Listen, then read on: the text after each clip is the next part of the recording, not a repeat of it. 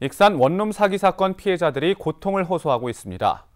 사건이 불거진 지 1년이 지났지만 제대로 된 보상도 받지 못한 채 막막한 세월만 보내고 있는데요. 이런 가운데 피해자 20여 명이 추가로 고소에 나서면서 법원의 1심 선고가 연기됐습니다. 최정호 기자입니다. 원광대 인근 원룸촌. 1년 전에 발생한 원룸 사기 사건으로 인해 일부 원룸은 경매가 진행됐습니다. 대출금을 회수하지 못한 은행권이 경매로 진행하면서 새로운 주인을 찾기도 했습니다. 하지만 피해자들은 막막하기만 합니다. 수천만 원에 달하는 정세금은 돌려받지 못했습니다. 그나마 법원을 통해 최우선 변제금을 받은 피해자는 다행입니다.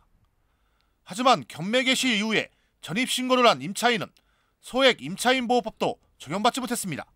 원래 있던 원룸이 경매로 넘어가면 법원에서 최우선 변제금이라고 1,700만 원 그거 받는 세대도 있고. 형량을 줄일 목적으로 피해자들과 형사합의에 나섰던 임대사업자는 뻔뻔하기까지 합니다. 자신의 변호사를 통해 전세 피해 금액의 70%까지 보상하겠다고 제시만 했을 뿐 실현되지 않았습니다. 그 사이 제주도 펜션 5채를 구입하고 유흥비로 탕진했습니다. 가뜩이나 힘든 피해자들은 자포자기 상태까지 놓였습니다.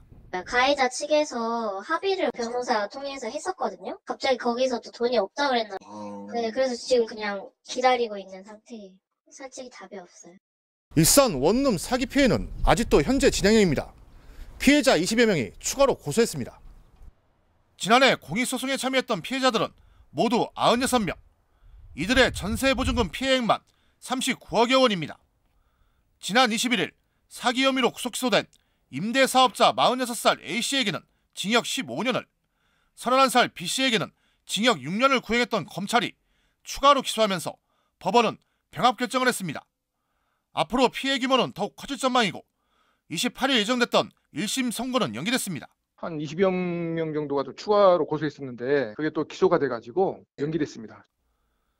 추가 고소자를 더하면 피해자 100명을 훌쩍 넘겨버린 익산 원룸 사기 사건. 제대로 된 보상이 어려운 현실 속에 피해자들은 오늘 또 한숨만 깊어지고 있습니다. KCN 뉴스 최정호입니다.